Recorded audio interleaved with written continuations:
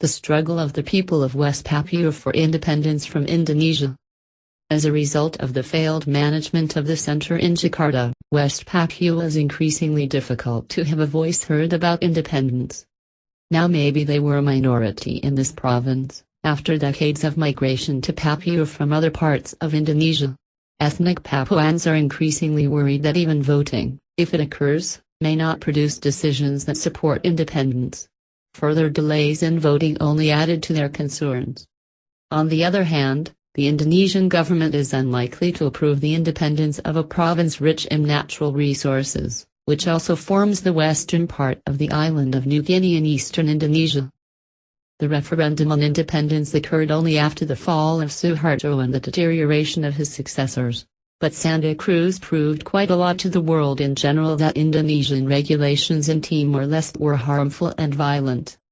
Although it is very difficult for journalists to gain access and move freely around West Papua, tensions around the Grasberg mine remain international headlines and can attract more attention. What is of great concern to the Indonesian government is the increasing effectiveness of political opposition to Indonesia's continued presence in West Papua. The United Liberation Movement for West Papua, ULMP, has succeeded in welding elements of the famous and divided independence movement, especially through its efforts to gain membership in the Melanesian Spearhead Group, a body consisting of Fiji states, Vanuatu, Solomon Islands, and Papua New Guinea. Petition for West Papua membership failed in part because of the failure of the Indonesian government's own membership application, which explicitly aimed to hamper West Papua's membership. In a definite effort to destroy the ULMP's pro-independence argument that West Papua is distinctly different from other provinces in Indonesia, the Indonesian government insists that there is a large population of Melanesians in 5 other provinces in Indonesia, and all become part of the country in harmony. Internationalization of the campaign has also given birth to some small successes for West Papuan activists. In September, 7 Pacific Islands governments spoke to the UN General Assembly to express their concerns about the Indonesian government's policies in West Papua. Although the UN Decolonization Committee rejected a petition allegedly signed by 1.8 million Papuans, who requested the West Papua case to be included in the committee's agenda, the petition itself attracted media interest. Although there has not been a significant breakthrough since then, the ability of West Papuan activists to utilize international networks and increase media awareness, and may be a sign of increasing sophistication in their campaigns.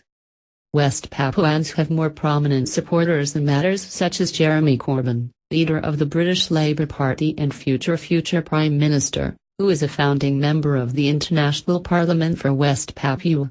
The group, which includes lawmakers from more than a dozen countries, is committed to West Papua's inalienable right to self-determination.